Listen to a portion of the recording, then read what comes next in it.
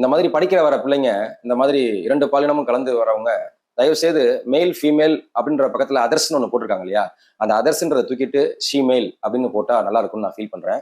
ஏன்னா இந்த படத்துக்கு அதர்ஸ்ன்னு டைட்டில் வச்சதுக்கு முக்கிய காரணமே, இது ஒரு ஃபீமேல் பற்றின கதை. இயக்குனர் வந்து அழகா கதைய வந்து நகர்த்தி சென்றிருக்காரு. அது மட்டும் இல்ல, ஒரு திரைக்கதைன்னா எப்படி ஒரு விறுவிறுப்ப கொண்டு போணும் அப்படின்றத அழகா ஒரு முதல் படம் மாதிரி இல்லாம ரொம்ப திறமையா அத கையாண்டுருக்காங்க. அத விட முக்கியமா இந்த படத்தின் நாயகன் அப்படின்னு சொல்லணும்னா ஜிப்ரான் சார் தான் சொல்லணும். ஒவ்வொரு சீனும் அந்த மியூசிக் வரும்பொழுது பயங்கர ஒரு எலவேஷன் அது குடுக்குது. ஒரு எதிர்பார்ப்பு, ஒரு ஒரு பதட்டம் அத வந்துட்டு அப்படியே மெயின்டெயின் பண்ணிட்டே இருக்காங்க டில் த எண்ட். ஆக்சுவலா இந்த படத்துடைய ஹீரோவ நான் பார்த்தேன். ஒரு என்ன சொல்றது? சாக்லேட் பாய் மாதிரி இருக்காரு. ஆனா இந்த படத்துல அந்த சாயல் ஒரு ஹிண்ட் கூட தெரியாது. சோ அந்த அளவுக்கு சூப்பரா பெர்ஃபார்ம் பண்ணிருக்காங்க. அப்புறம் நம்ம கௌரி கிஷன் அவங்களும் அவங்களோட ரோல வந்துட்டு மிக சிறப்பா, அழகா நேர்த்தியா செஞ்சிருந்தாங்க.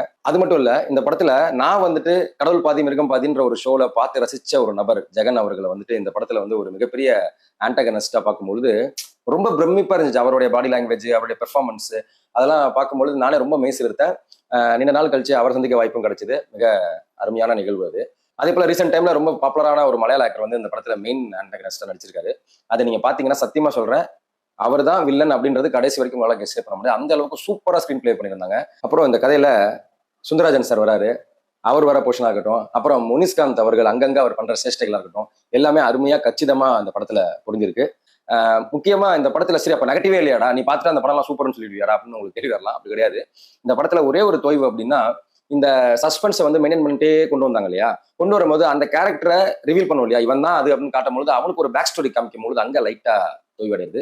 நிறைய பெரிய பெரிய ஆர்டிஸ்ட் அங்கங்க தேவைக்கு ஏற்ப கரெக்டா பயன்படுத்தியிருந்தாங்க. அதெல்லாம் சூப்பர். பட் அந்த எமோஷனல் டவுன்ஃபால் ஆகி திருப்பி அதுக்கான ரீசனை வேலிடா சொல்லும்பொழுது அங்க டேரக்டர் ஜெயிச்சிருந்தாரு ஆக்சுவலா.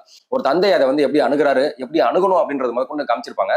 பட் ஆனா இறுதியில இயக்குனர் வந்துட்டு இந்த மாதிரி ஒரு கிரிமினல் ஆக்டிவிட்டிஸ் பண்றதுக்கு அவங்களுக்கு தூண்டுது. இந்த தூண்டுறதுக்கான பொறுப்பை யார் ஏத்துக்கிறது அப்படின்ற மாதிரி முடிக்கிறாரு. முக்கியமா இந்த இயக்குனர் அபின் ஹரிஹரனுக்கு என்னுடைய மனமார்ந்த வாழ்த்துக்கள். ஃபர்ஸ்ட் படம் மாதிரியே தெரியல பிரதர். சூப்பரா எடுத்திருக்கீங்க. Wish you all the best.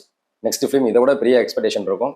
I hope you work on it. ஒரு டாய்லெட் போனா கூட ஆண்கள் பெண்கள் இருக்கிற இடத்துல ஃபீமேல்னு ஒரு இதை உருவாக்குனீங்கன்னா அது மிகப்பெரிய ஒரு அவங்களுக்கு கொடுக்குற ஒரு மரியாதையா கருதுவாங்க. ஸோ இந்த அதர்ஸ் படம் நிச்சயமா அவங்களை அதர்ஸா பார்க்காம நம்மளுடைய ஒருத்தங்க நம்மள மாதிரி அவங்களும் ஒரு ஹியூமன் பீயிங் அப்படின்ற ஒரு சமூக பொறுப்போடு மக்கள் பார்க்க ஆரம்பிப்பாங்கன்னு நான் நம்புறேன். நிச்சயமா இந்த படத்தை தியேட்டர்ல போய் பாருங்க. ஏன்னா ஜிப்ரான் மியூசிக் ரியலி சொல்றேன் அல்டிமேட்டான ஒரு எலவேஷனை கொடுக்குது கதைக்கு.